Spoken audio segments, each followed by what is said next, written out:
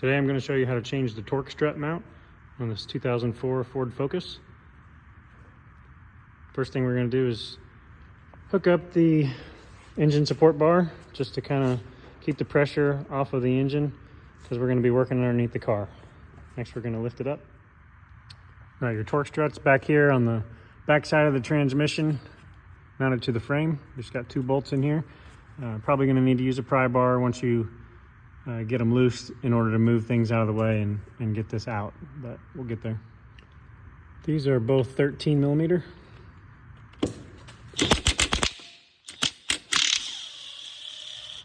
Second one has a nut on top, so you're gonna have to back that with a 15 millimeter wrench. Like most of these, the bolts are 2 different lengths, so the shorter bolt goes up, the longer bolt goes through.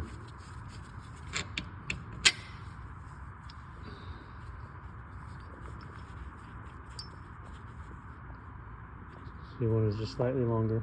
Just kind of show you the motion that I'm going to go through here. I'm going to pry against the transmission case and the frame there and push this whole engine forward so that I can get that torque strut out of there. But I'm going to have to put the phone down. Can't do it with one hand. So by prying the transmission forward, then you can move this over. And then it may be wedged in there pretty good, but you should be able to remove it. Compare your new part to your old part. Looks like everything's going to line up. And just install exact opposite as the way we removed. And we'll pry this forward and slip that back in between here. Doesn't really matter which sequence you go in here. I'm going to put the long bolt in first just because I have to be prying and it's a little bit easier to get that one tied in, and then I'll be able to watch this hole and see when it's lined up to insert the second bolt. So I went ahead and tightened the first bolt, and the second one is really close to being lined up already, so shouldn't have to make much adjustment. Looks